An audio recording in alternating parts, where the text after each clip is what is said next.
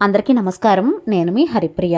Welcome to my channel. ఇవాల్టి వీడియోలో పోలిపాడ్యమి రోజున మనకు కలిగే చాలా ధర్మ సందేహాలను, అలాగే వాటన్నిటినీ కూడా సమాధానాలు చెప్తూ పోలిపాడ్యమి రోజున చేయవలసిన అస్సలు చేయకూడని పనుల గురించి, అలాగే పోలిపాడ్యమి రోజున నీటిలో ఎన్ని దీపాలు వదలాలి, ఎప్పుడు వదలాలి అనే చాలా విషయాల గురించి చాలా డీటెయిల్డ్గా తెలుసుకుందాం. కార్తీక మాసంలో కాకుండా మార్గశిర మాసంలో శుద్ధ పాడ్యమి రోజున ఈ పోలి దీపాలను ఎందుకు వెలిగిస్తామో తెలుసుకుందాం. కార్తీక మాసంలో నెల రోజులు దీపాలు తప్పనిసరిగా వెలిగించుకోవాలి అనేది మన శాస్త్రంలో చెప్పబడి ఉన్నది. ఇలా నెల రోజులు దీపం పెట్టలేకపోయినా ఏవైనా ఆటంకాలు అవాంతరాలు వచ్చి దీపం కొన్ని రోజులు పెట్టకపోయినా సరే ఈ మార్గశిర మాసంలో వచ్చే శుద్ధ పాడ్యమి రోజున తప్పనిసరిగా పోలి దీపాలను వెలిగించాలి. ఈ పాడ్యమి రోజున వెలిగించే దీపాలు ఎంతటి శక్తివంతమైనవి అంటే కార్తీక మాసం అంతా దీపాలు వెలిగిస్తే ఎంత పుణ్యప్రదమో ఈ ఒక్కరోజు వెలిగిస్తే 100 రెట్లు పుణ్య ఫలితం అయితే మనకు లభిస్తుంది. అందుకే ఈ రోజున తప్పనిసరిగా ఈ దీపాలను వెలిగించి నీటిలో వదలాలి. శ్రీ షిరిడి సాయిబాబా ఆశీస్సులతో జ్యోతిష్యం చెప్పబడను. గురూజీ శివరామరాజు గారు. Phone number 9989113230. దూర ప్రాంతాల్లో ఉన్నవారికి ఒక్క ఫోన్ కాల్ ద్వారానే జ్యోతిష్యం చెప్పబడును. మీకు ఎటువంటి సమస్య ఉన్నా ప్రేమ, పెళ్లి, ఉద్యోగం, రాజకీయం, విదేశీ ప్రయాణం, ధనం నిలకడలేకపోవడం, భార్యాభర్తల మధ్య గొడవలు, ఆస్తి తగాదాలు, అప్పుల బాధలు, ముఖ్యంగా సంతానం లేకపోవడం, ఇలా మీకు ఎటువంటి సమస్యలు ఉన్నా వెంటనే గురూజీ శివరామరాజు గారిని సంప్రదించండి. ఎటువంటి సమస్య అయినా 100కు 1000% పరిష్కారం చూపిస్తారు. తర్వాత సందేహం, దీపం పాడ్యమి రోజు వెలిగిస్తే సరిపోతుంది కదా, ఎందుకు మనం నీళ్లలో వదలాలి, దానికి గల మూల కారణం ఏమిటో అనే విషయాన్ని తెలుసుకుందాం. దీపాలను అరటి డొప్పల్లో పెట్టి నీళ్లల్లో వదులుతాము. ఓ పరమేశ్వర, మేము గంగలో వదిలిన దీపాలు గంగను ఆధారంగా చేసుకుని నీళ్లల్లో వెళుతూ ఆవు నెయ్యి ఉన్నంతసేపు వెలుగుతూ తర్వాత దీపాలు కొండెక్కి ఆ తరువాత అవి గంగలో ఎలా అయితే ఐక్యం అవుతాయో అలాగే నేను కూడా నిన్ను ఆధారం చేసుకుని నిన్ను పూజించిన నేను అలాగే నీలో ఐక్యం అయిపోవాలి అని అన్నదానికి దీనికి అర్థం అండి.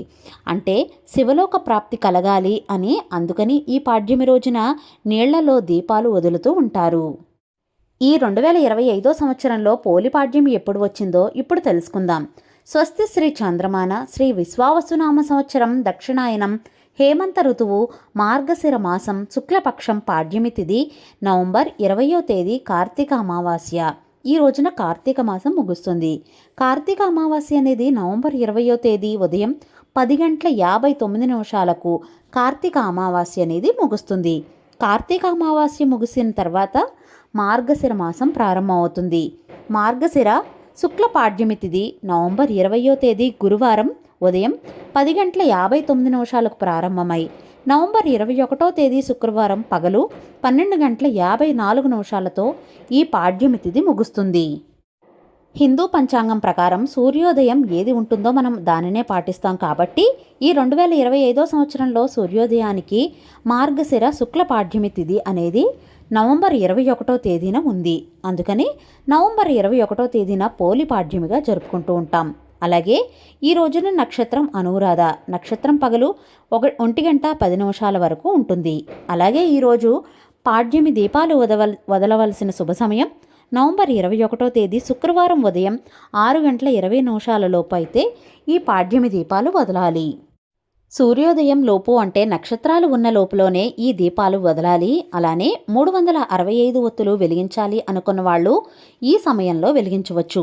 మరి పోలిపాడ్యమి దీపాలు వెలిగించాం కదా, ఎన్ని దీపాలు వదలాలి అనేది ఇప్పుడు తెలుసుకుందాం. కార్తీక మాసం నెల మొత్తానికి కలిపి రోజుకొక ఒత్తి చొప్పున నెల మొత్తం కలిపి 31 ఒత్తులు అయితే వదలాలి. గంగమ్మ తల్లికి 2 ఒత్తులు, అలాగే గణపతికి 2 ఒత్తులుగా మొత్తంగా 35 ఒత్తులను వెలిగించి వదలాలి. ఈ ఒత్తులన్నీ అరటి డొప్పల్లో వెలిగించి నీటిలో వదలాలి. మామూలుగా అయితే ఈ దీపాలను నదుల్లో వదులుతారు.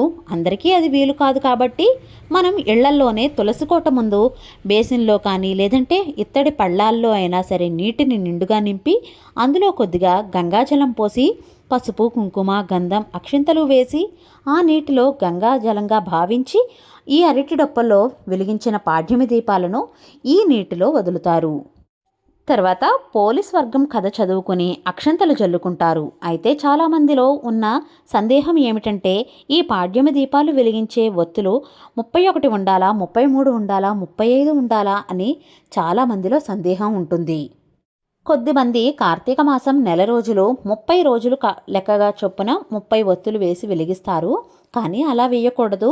మనకు నెల అంటే 31 రోజులు కాబట్టి ఈ 31 రోజులు 31 ఒత్తులుగా వేసి వెలిగిస్తారు. దీనికంటే కూడా 33 ఒత్తులు వెలిగించడం చాలా మంచిది. ఈ 33 ఒత్తులు ఎందుకంటే ముందు చెప్పాను కదా, 31 ఒత్తులేమో నెల మొత్తానికి, 2 ఒత్తులేమో గంగాదేవికి అన్నట్లుగా 33 ఒత్తులను వెలిగిస్తారు. కొంతమంది 35 కూడా వెలిగిస్తారు. 2 ఒత్తులు వినాయకుడికి అని చెప్పున వెలిగిస్తారు. కానీ 31 కానీ, 33 కానీ, 35 కానీ ఎలా వెలిగించినా సరే తప్పేమీ లేదు. ఎన్ని దీపాలు వెలిగించినా సరే అది బేసి సంఖ్యలో ఉండేటట్లుగానే వెలిగించుకోండి. ఈ కార్తీక మాసం అంతా దీపారాధన చేశాము, మరి మేము వెలిగించాలా ఈ 33 ఒత్తులు అంటే కనుక కార్తీక మాసం నెలంతా దీపారాధన చేస్తే కనుక 3 కానీ 5 కానీ ఒత్తులు వేసి నీటిలో వదలవచ్చు. నైవేద్యంగా వడపప్పు, చలిమిడి, పానకంను నైవేద్యంగా సమర్పించాలి. ఈ పాడ్యమి దీపాలు అరటి డొప్పల్లో అందుబాటులో లేకపోతే ఎలా వెలిగించాలి అంటే కనుక అరటి పువ్వు రెక్కల్లో కానీ, రావి ఆకుల్లో కానీ, కొబ్బరి చిప్పల్లో కానీ ఈ దీపాలను వెలిగించాలి. అయితే నిజానికి ఈ పోలిపాడ్యమి నవంబర్ 21వ తేదీ శుక్రవారం వచ్చింది కదా. మరి శుక్రవారం పోలిని అంటే ఇంటి ఆడపిల్లగా భావిస్తాం కాబట్టి మరి స్వర్గానికి పంపించవచ్చా అంటే 2 రకాలుగా చెప్తున్నానండి. మీకు మంగళవారం శుక్రవారం పట్టింపు లేదు అంటే కనుక నవంబర్ 21వ తేదీ పోలిపాడ్యమి రోజున దీపాలు వదలవచ్చు.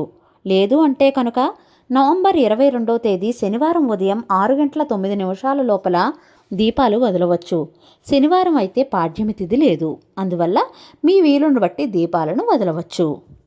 దీపాలను వదిలేటప్పుడు అరటి డొప్పల్లో కానీ, కొబ్బరి చిప్పల్లో కానీ, అరటి పువ్వు డొప్పల్లో కానీ వెలిగించి వదలవచ్చు. అంతేకాని ప్లాస్టిక్ వాటిల్లో, స్టీల్ వాటిల్లో లేదా థర్మోకోల్ వాటిల్లో వెలిగించి వదలకూడదు. నేను ఇంతకుముందే చెప్పాను కదా, గంగలో ఐక్యం అవ్వాలి అని అప్పుడే ఆ ఫలితం మనకు దక్కుతుంది అని చెప్పాను కదా. అందుకని ప్లాస్టిక్ వాటిల్లో, మిగిలిన ఏ ఇతర వాటిల్లో కూడా వెలిగించే దీపాలకు ఎలాంటి ఫలితం ఉండదు. ఈ ప్లాస్టిక్ అవన్నీ కూడా నీటిలో ఉన్న జీవరాశులకు కూడా హానిని కలిగిస్తాయి. అంతేకాకుండా లేనిపోయిన పాపం కూడా మనకు చుట్టుకుంటుంది. తెలిసాయి కదండి, చాలా సందేహాలకు సమాధానాలు అయితే ఇచ్చాను అని అనుకుంటున్నాను. మీకు ఇంకా ఏమైనా డౌట్స్ ఉంటే నన్ను కామెంట్ సెక్షన్లో తెలియచేయండి, తప్పకుండా రిప్లై ఇస్తాను. ఇవాల్టి వీడియో మీకు నచ్చినట్లయితే please like, share, subscribe to my channel. మరో సరికొత్త వీడియోతో మళ్ళీ కలుస్తాను. నేను మీ Haripriya. Thank you for watching.